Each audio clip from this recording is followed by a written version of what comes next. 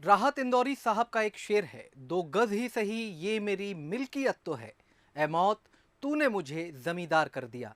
एक आम आदमी क्या चाहता है? उसकी बुनियादी जरूरतों का जब भी जिक्र होता है तो ये जरूरतें तीन शब्दों पर ही खत्म हो जाती हैं: रोटी, कपड़ा और मकान। और इसी मकान की खातिर वो चाहता है जमीन का अदना, यानी छोटा सा टुकड़ा। दोस्तों, इस वक्त मध्य प्रदेश में वैध और अवैध कॉलोनियों का मसला जोरों पर है और होना भी चाहिए, क्योंकि ये उस आम आदमी से जुड़ा मामला है जिसके बलबूते पर सरकारें बनती हैं। नगरीय निकाय चुनाव से पहले सरकार ने प्रदेश की लगभग 6800 से अधिक अवैध कॉलोनीज को वैध करने के लिए प्रयास शुरू कर दिया है। सरकार अब की बार विधानसभा में विधेयक लाकर कानून बनाने की बात भी कह रही है, ताकि पीड़ित, शोषित और गरीबों को उनका हक मिल सके। नमस्कार, आप देख रहे हैं बंसल विशेष और मैं हूं आपके साथ विकास द्विवेदी। दोस्तों, आज का ये एपिसोड आपको जरूर देखना चाहिए, क्योंकि ये वो मुद्दा है जहां आप अपने जीवन भर की कमाई दांव पर लगाते हैं। हम आपको दस्तावेजों के साथ ही उन तमाम विभागों के बारे में भी जानकारी देंगे जहां आप अपने साथ हुई ठगी या धोखाधड़ी की शिकायत कर सकते हैं। भू राजस्व संहिता, रेरा और टाउन एंड कंट्री प्लानिंग से जुड़े तमाम नियमों के आधार पर आज हम विश्लेषण करेंगे कि किसकी क्या जिम्मेदारी है, किसको क्या फायदा है और किसको क्या नुकसान है।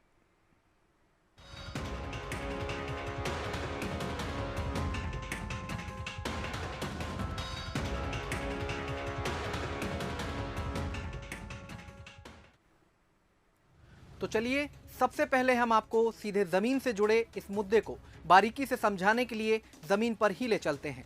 हमारे संवाददाता संतोष कृष्णानी ने ये रिपोर्ट हमें उज्जैन से भेजी है। आप भी देखिए कि एक पीड़ित कितनी समस्याओं से होकर गुजरता है। परिसर के इसमें रह रहे हम 3 साल से, और जब हमने प्लाट लिया था जब से यहाँ सुविधा का नाम से कोई सुविधा नहीं है।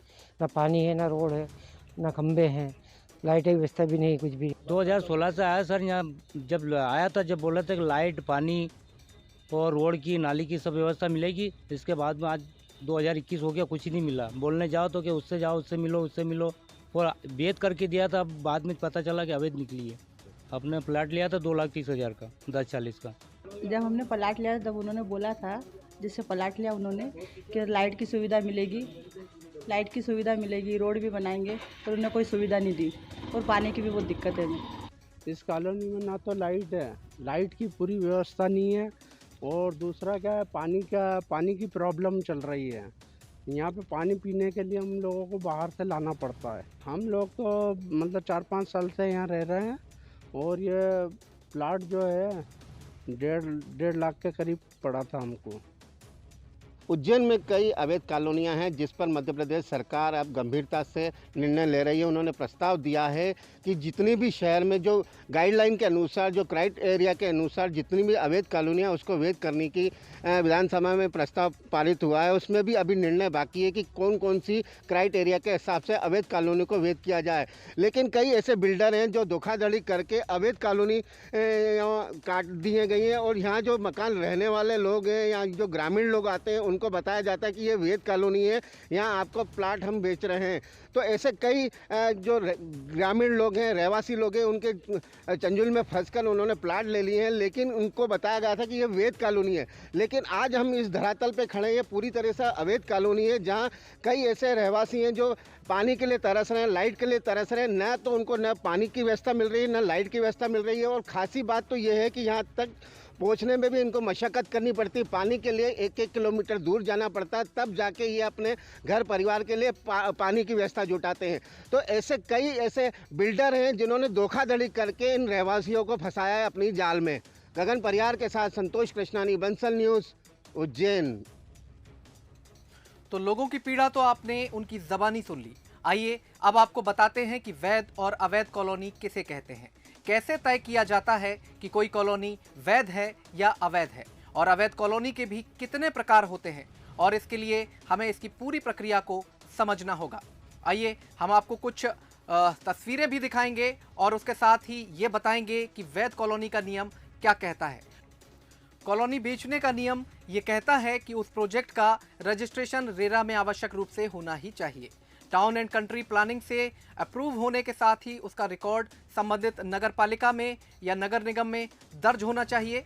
इसके अलावा जो हम बात करने जा रहे हैं टाउन एंड कंट्री प्लानिंग की, ये बेहद ज़रूरी होती है। इसके साथ ही सड़क, बिजली, पानी, नाली जैसी बुनियादी सुविधाएं वहां आवश्यक रूप से उपलब्ध होनी चाहिए। लेकिन बिल्डर पैसे बचाने के चक्कर में ना तो रजिस्ट्रेशन कराते हैं और ना ही कोई सुविधा ही देते हैं।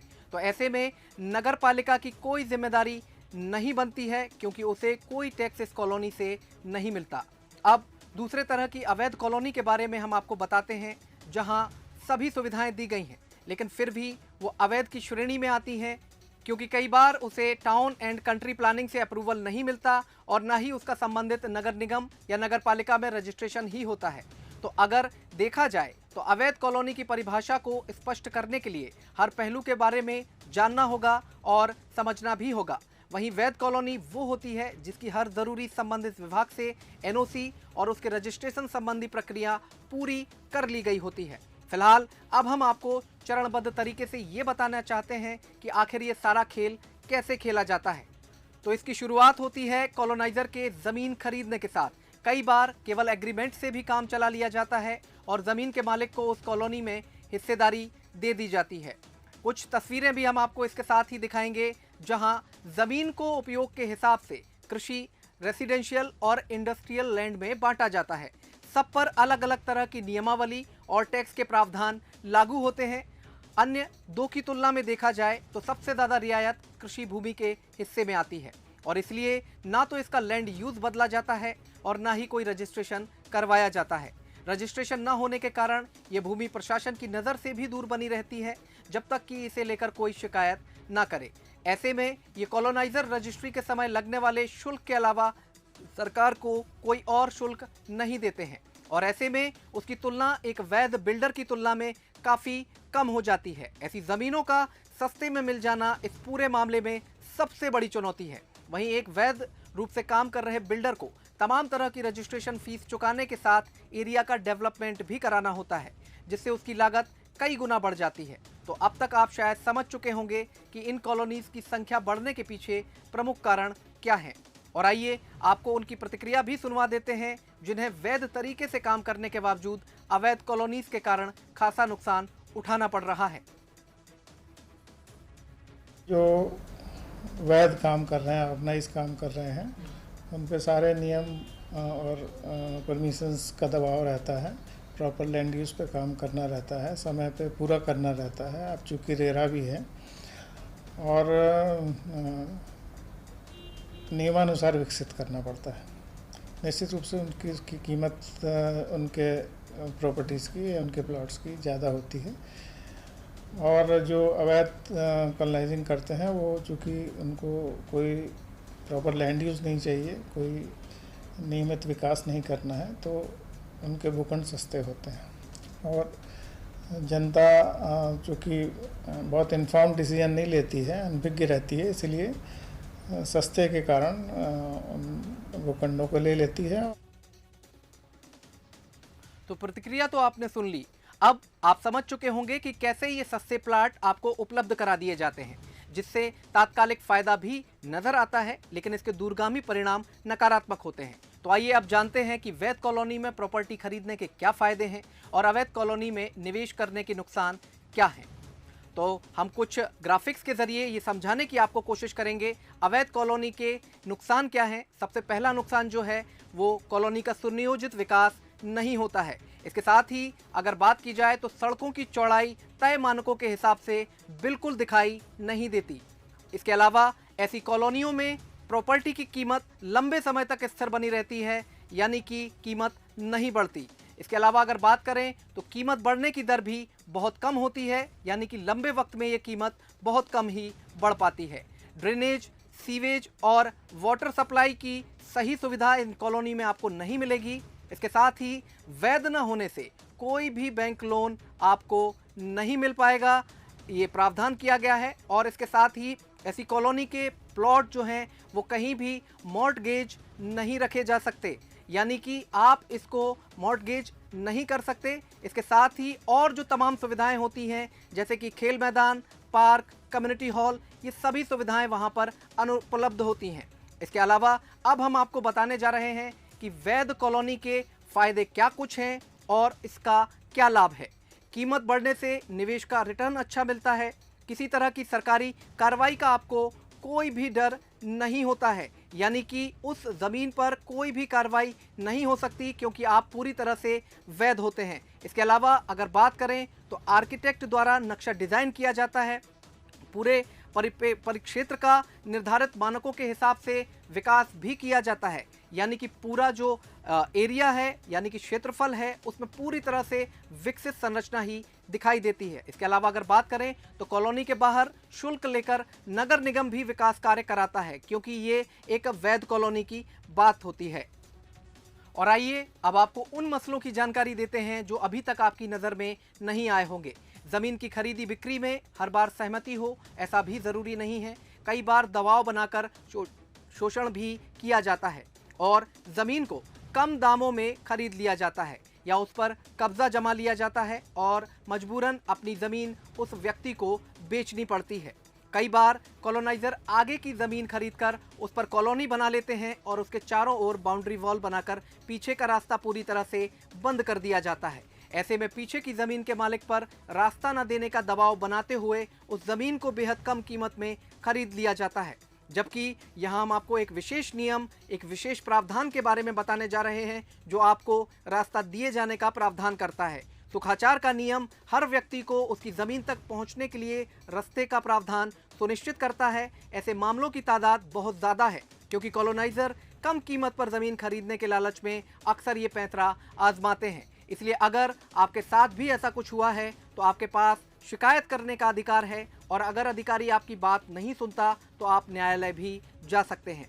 इसके साथ ही एक और अहम जानकारी हम आपको देना चाहते हैं। भूमिहीन किसानों को पट्टे देकर आवंटित की हुई ज़मीन का विक्रय नहीं किया जा सकता, लेकिन वर्तमान समय में ये खेल बड़े पैमाने पर खेला जा रहा है जिससे सरकार को सीधा नुकसान है। इसके अलावा पट्टे की ज़मीन को विक्रय करने के लिए एक विशेष प्रावधान किया गया है जिसके अनुसार विक्रय से पूर्व जिला कलेक्टर की अनुमति बेहद आवश्यक है। इसके साथ ही इसमें यह भी प्रावधान किया गया है कि जितने रुपए में ये ज़मीन खरीदी गई है उतनी ही कीमत की भूमि किसी अन्य स्थान पर क्रेता यानी उस किसान यानी उस व्यक्ति को अन्य स्थान पर खरीदने वाला व्यक्ति क्रय करवाएगा ताकि वो व्यक्ति फिर से भूमिहीन न हो जाए। इसके अलावा किसी आदिवासी को आवंटित की गई ज़मीन को किसी भी व्यक्ति को नहीं बेचा जा सकता। यदि किसी स्थिति में ऐसी कोई ज़मीन बेची जाती है तो उसका खरीदार कोई आदिवासी ही होना चाहिए। अब अपने आसपास नज़र दौड़ाकर ज़रूर देखिए कि आपके आसपास ऐसी कितनी तस्वीरें नज़र आ रही हैं। और आइए अब आपको बताते हैं ऐसे कानून के बारे में जो आपके अधिकार आपको दिलाने के लिए बनाया गया है। इस कानून का उद्देश्य ग्राहकों के हितों की रक्षा करना है। जी हाँ, आप बिल्कुल सही समझे, हम बात कर रहे हैं रेरा यानी रियल एस्टेट रेगुलेटरी अथॉरिटी की। तो सबसे पहले आप समझ लीजिए रेरा क्या है। Real estate regulation and development act भारतीय संसद द्वारा पास किया गया एक कानून है। 10 मार्च 2016 को राज्यसभा, वहीं 15 मार्च 2016 को लोकसभा ने इसे पास किया। 1 मई 2016 को इसे लागू किया गया। 92 में से 59 सेक्शन 1 मई 2016 को नोटिफाई किए गए, जबकि बाकी के प्रावधान 1 मई 2017 से लागू किए गए। और आइए अब हम आपको बताते हैं कि ये कैसे काम करता है। केंद्रीय कानून के मुताबिक ऐसे सभी रियल एस्टेट प्रोजेक्ट्स जिनका कुल क्षेत्रफल 500 वर्ग मीटर से ज़्यादा है उसका अपने राज्य के रेरा में रजिस्टर्ड होना अनिवार्य है। इसके अलावा कानून के लागू होने से पहले बिना कंप्लीमेशन सर्टिफिकेट वाले प्रोजेक्ट्स भी इसके अंतर्गत आते हैं। ज़मीन संबंधी मामलों के निराकरण में समय सीमा बहुत अधिक होती है, इसलिए प्राधिकरण द्वारा अधिकतम 60 दिनों के भीतर आवेदन का निपटारा करने का प्रावधान किया गया है। किसी ठोस कारण के आधार पर ही सीमा बढ़ाई जा सकती है। प्रावधान के अनुसार जब रजिस्ट्रेशन की प्रक्रिया पूरी हो जाएगी और सभी मंजूरियां मिल जाएंगी तब प्रोजेक्ट की मार्केटिंग की जा सकती है। प्रोजेक्ट में देरी होने की सबसे मुख्य वजह एक प्रोजेक्ट के लिए पैसा जमा कर उसे दूसरे प्रोजेक्ट में निवेश कर देना है। इसलिए प्रमोटर्स को प्रोजेक्ट का 70% पैसा अलग रिजर्व अकाउंट में रखने का प्रावधान किया गया है। इस राशि को सिर्फ ज़मीन या निर्माण के कामों में खर्च किया जा सकता है। इस कानून के तहत प्रमोटर्स और घर खरीदार के बीच बिक्री समझौते का मानक मॉडल भी डेवलप किया गया है, जो ग्राहकों की सुविधा को ध्यान में रखकर तैयार किया गया है। इसके साथ ही इस कानून का उल्लंघन न हो इसके लिए सख्त जुर्माने के तौर पर प्रोजेक्ट के लागत की 10% राशि का प्रावधान भी किया गया है। और आइए अब बात करते हैं सरकार की कोशिशों की। प्रदेश के मुखिया शिवराज सिंह चौहान मानवीय संवेदनाओं को लेकर काफी सजग रहते हैं, इसलिए आम आदमी की पीड़ा को समझते हुए इन अवैध कॉलोनीज में निवास कर रहे मध्यम और निम्न वर्ग के लोगों के हितों को ध्यान में रखते हुए इन कॉलोनीज को वैध करने का निर्णय लिया गया है। क्या कुछ मध्य प्रदेश सरकार ने निर्णय लिया है, इसके बाद और इसके पहले क्या कुछ कोशिशें की गई, वो भी हम आपको बताते हैं। मध्य प्रदेश में अवैध कॉलोनियों और अवैध निर्माण को वैध करने के लिए सरकार विधेयक लाने जा रही है। मुख्यमंत्री शिवराज सिंह चौहान की अध्यक्षता में इस मसौदे को कैबिनेट बैठक में रखा गया, जहां इसे हरी झंडी भी दे दी गई। पूर्व में मध्य प्रदेश नगरपालिका कॉलोनी रजिस्ट्रीकरण, निर्बंधन व शर्त नियम 1998 की धारा 15A के तहत कॉलोनीज को वैध किया जाना था। इसमें 30 जून 1998 तक की अवैध कॉलोनियों को वैध करने का प्रावधान था। बाद में इसी धारा के तहत 30 जून 2002, 30 जून 2007, 21 दिसंबर 2012 और 21 दिसंबर 2016 तक की अवैध कॉलोनियों का नियमितीकरण हुआ। सरकार ने 6800 से ज़्यादा अवैध कॉलोनियों को वैध करने का फैसला लिया था। 1800 कॉलोनियों से विकास शुल्क लेकर नियमितीकरण की कार्रवाई शुरू भी कर दी गई थी, लेकिन नगरीय विकास एवं आवास विभाग द्वारा मध्य प्रदेश नगरपालिका कॉलोनी रजिस्ट्रीकरण, निर्बंधन व शर्त नियम 1998 की धारा 15A को खत्म किए जाने के कारण कोर्ट ने इस पर यह कहते हुए 3 जून 2019 को रोक लगा दी कि अवैध कॉलोनियों के नियमितीकरण का कोई प्रावधान अधिनियम में नहीं बचा है। इसलिए सरकार अब विधेयक लाने जा रही है। इसके साथ ही एक नया प्रावधान भी किया गया है। मंत्री विश्वास सारंग ने इस नए प्रावधान के बारे में जानकारी दी। निर्णय लिया गया है कि ऐसे अवैध कॉलोनियों को वैध किया जाएगा और उसमें जो सबसे महत्वपूर्ण निर्णय है, पहले यदि अवैध कॉलोनी को लेकर किसी भी तरह की कार्रवाई की जाती थी तो उसमें क्रिमिनल ऑफेंस में रहवासियों को भी जोड़ा जाता था। आज ये निर्णय लिया गया है कि अब किसी भी क्रिमिनल लायबिलिटी रहवासी की नहीं रहेगी। वो क्रिमिनल लायबिलिटी केवल और केवल कॉलोनाइजर की रहेगी। कॉलोनाइजर जो इस तरह की अवैध कॉलोनी काटते हैं उन्हें 3 से लेकर 7 साल की सजा का प्रावधान रहेगा और 10 लाख रुपए जुर्माना उनसे वसूला जाएगा।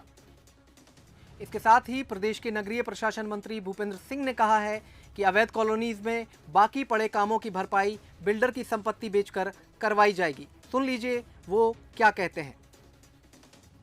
जिन लोगों ने अवैध कॉलोनियां बनाई हैं उनके खिलाफ हम लोगों ने सज़ा के सख्त प्रावधान किए।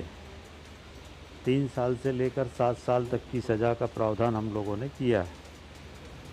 दूसरा, उनकी जो संपत्ति है उस संपत्ति में से हम वसूली करेंगे। जितना भी वहाँ पर खर्चा आएगा उस कॉलोनी को बनाने में, अगर रोड नहीं बने हैं या पार्क बेच दिया है, जो भी वहाँ पर है, तो वो जो प्लाट बंधक रखते हैं कॉलोनी की, जब हम मान्यता देते हैं लीगल कॉलोनियों में, और जो इनलीगल कॉलोनी उनमें तो ऐसा कुछ होता नहीं। तो जो इस तरह की कॉलोनी है उनकी प्रॉपर्टी में से हम लोग, जो भी प्रॉपर्टी उनके नाम पर होगी, उस प्रॉपर्टी में से हम लोग वसूली करके, रिकवरी करके वो पैसा निकालेंगे और कॉलोनियों में सारी सुविधाएं जनता को मिलें, वो हम लोग करेंगे। और आइए अब आपको बताते हैं कि ज़मीन खरीदने के पहले कौन से दस्तावेज की मांग विक्रेता से आप कर सकते हैं। ये सूची इस वक्त मेरे हाथ में है। मैं इसमें से आपको उन तमाम दस्तावेज़ों के बारे में जानकारी दूंगा जो कि आपको कोई भी प्रॉपर्टी खरीदने के पहले देखने चाहिए। सबसे पहला बिंदु सेल डीड है, यानी कि ये कानूनी दस्तावेज जो प्रॉपर्टी के मालिकाना हक की पुष्टि करता है या इस बात का भी सबूत है कि प्रॉपर्टी पुराने मालिक से मौजूदा विक्रेता को ट्रांसफ़र की जा चुकी है। अगले बिंदु की अगर हम बात करें तो बिल्डिंग प्लान अप्रूवल वो बिंदु है, यानी कि इसका मतलब ये है कि अगर आप किसी भी बिल्डिंग में फ्लैट खरीद रहे हैं तो ये सुनिश्चित करें कि बिल्डर ने बिल्डिंग प्लान संबंधित अथॉरिटी से मंजूर ज़रूर कराया हो। ये संबंधित अथॉरिटी के कमिश्नर या उनके द्वारा नियुक्त किसी अधिकारी से अप्रूव कराया जाना चाहिए। इससे आपको ये तय करने में मदद मिलेगी कि बिल्डर ने मकान कानूनी तरीके से बनाया है या नहीं बनाया है। एक और अहम दस्तावेज लोन सर्टिफिकेट भी होता है। ये सर्टिफिकेट सुनिश्चित करता है कि संबंधित प्रॉपर्टी पर कोई लोन या अन्य देनदारी नहीं है। मतलब कि आप जिस समय प्रॉपर्टी खरीद रहे हैं उस समय वो हर तरह के कर्ज या देनदारी से मुक्त हो। ये सर्टिफिकेट सब रजिस्ट्रार ऑफिस जारी करता है। इसके अलावा अगले सर्टिफिकेट की बात करें तो वो कंप्लीशन सर्टिफिकेट होता है। ये स्थानीय निकाय द्वारा जारी किया जाता है। कंप्लीशन सर्टिफिकेट ये सुनिश्चित करता है कि संबंधित प्रॉपर्टी का निर्माण उसके दिशा निर्देशों के हिसाब से ही हुआ है। यह पानी, बिजली, सीवर जैसी बेसिक ज़रूरतों के हिसाब से बहुत ज़रूरी सर्टिफिकेट है। अगला जो सर्टिफिकेट आपको देखना चाहिए वो ऑक्यूपेंसी सर्टिफिकेट है। कंप्लीशन सर्टिफिकेट जारी करने के बाद स्थानीय निकाय यानी कि नगर निगम या अथॉरिटी ऑक्यूपेंसी सर्टिफिकेट जारी करता है। ये सर्टिफिकेट सुनिश्चित करता है कि संबंधित प्रॉपर्टी रहने के लिहाज से उपलब्ध है और उसका निर्माण सभी नियम कानूनों का पालन करते हुए किया गया है। पावर ऑफ अटर्नी एक ऐसा शब्द है जो बार बार आप सुनते आए हैं, तो आप ये भी समझ लीजिए कि पावर ऑफ अटर्नी क्या होती है। ये एक कानूनी दस्तावेज है जिसकी मदद से कोई व्यक्ति किसी अन्य व्यक्ति को प्रॉपर्टी की देखभाल किराए पर उठाने या बेचने के लिए अधिकृत करता है। इसके अलावा आप एक और महत्वपूर्ण दस्तावेज भी वहाँ देख सकते हैं। टैक्स और बिल संबंधी जो कागजात हैं वो भी आपको देखने चाहिए। प्रॉपर्टी खरीदने वाले व्यक्ति को सभी बिल जो हैं वो बकाया चुका दिया गया है, ये सुनिश्चित करना चाहिए और इसके लिए ज़रूरी रसीद या बिल भी देखना चाहिए। प्रॉपर्टी बेचने वाले व्यक्ति से सभी रसीद असली मांगें, फोटोकॉपी पर कोई भरोसा ना करें। हम फिर से एक बार दोहरा रहे हैं कि आपको फोटोकॉपी से काम नहीं चलाना है बल्कि असली रसीद इस दौरान देखनी है। अंत में रेरा रजिस्ट्रेशन आता है। अगर आप इन सब कागज़ों को नहीं देख पाते तो कम से कम रेरा रजिस्ट्रेशन को ज़रूर देखिए, क्योंकि रेरा का रजिस्ट्रेशन तभी होता है जब ये मानक पूरे कर लिए जाते हैं। तो आप कुछ ना देख सकें तो रेरा का रजिस्ट्रेशन अनिवार्य रूप से देखें और उन कागज़ों पर जो रजिस्ट्रेशन नंबर होता है उसकी तस्दीक भी आवश्यक रूप से करें। और आइए अब जानते हैं कि समस्या कहाँ जा रही है। कई अवैध कॉलोनीज ऐसी हैं जिनमें नगर पालिका या नगर निगम पूरी सुविधाएं दे चुका है, लेकिन अब भी ये वैध की श्रेणी में नहीं आ सकी हैं।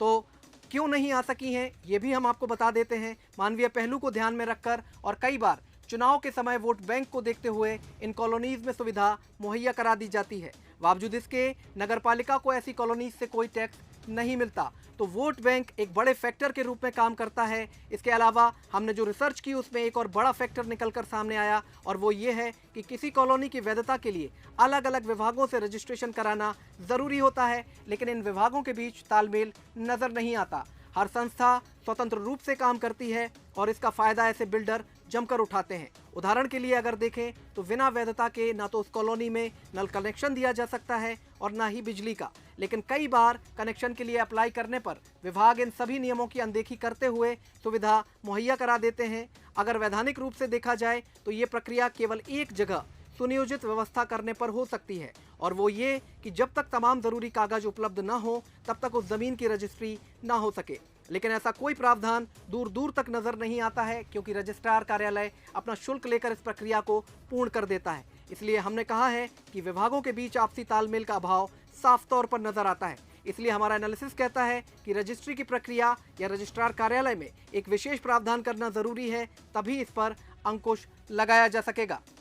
तो तमाम पहलुओं पर विश्लेषण करने के बाद ये कहा जा सकता है कि समस्या वाकई जटिल है। इसे सुलझाना सरकार के लिए एक बड़ी चुनौती होगी। वैध कॉलोनी की ज़रूरत इसलिए महसूस की जाती है ताकि विकास के तमाम मापदंड पूरे हों और निवासियों को मूलभूत सुविधाओं से वंचित न होना पड़े। लेकिन इसकी कम कीमत इसका सबसे बड़ा आकर्षण होता है, जिसे देखते ही लोग इसकी ओर खुद ब खुद खिंचे चले जाते हैं। तो ऐसे में किसी न किसी विकल्प की तलाश करना बेहद ज़रूरी लगता है, क्योंकि इसका खामियाजा जनता को ही उठाना पड़ता है।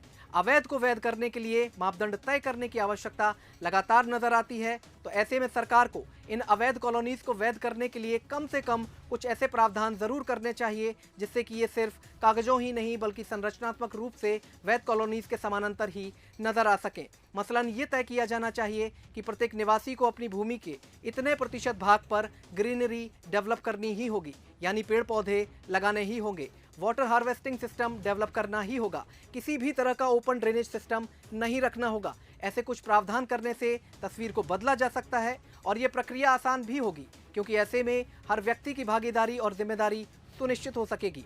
इसके साथ ही विपक्ष यानी कांग्रेस ने सरकार के इस फैसले को आने वाले नगरीय निकाय चुनाव के तहत एक तय योजना बताया है। तो यहाँ हम कहना चाहते हैं कि कि सत्ता में रहने वाली हर पार्टी लोगों की समस्या को दूर करके अपनी ज़मीन सुरक्षित करती आई है। ऐसे में अगर ये निर्णय वोट बैंक के लिए भी है तो इसका सीधा लाभ उन आम लोगों को ही मिलेगा जो लंबे समय से हाशिए पर पड़े हैं। ऐसे में शिवराज सरकार का ये फैसला बिल्कुल सही नज़र आता है। हमने इस एपिसोड में आपको इस मुद्दे से जुड़े तमाम पहलुओं से वाकिफ कराने की कोशिश की है। उम्मीद है ये जानकारी आपके लिए फ़ायदेमंद साबित होगी। आज बंसल विशेष में इतना ही। अगले हफ्ते शनिवार रात 9:30 बजे मैं विकास द्विवेदी आपसे फिर मिलूंगा आपके जीवन से जुड़े एक अहम मुद्दे के साथ। फिलहाल मुझे दीजिए इजाज़त। बहुत बहुत शुक्रिया, बहुत बहुत धन्यवाद।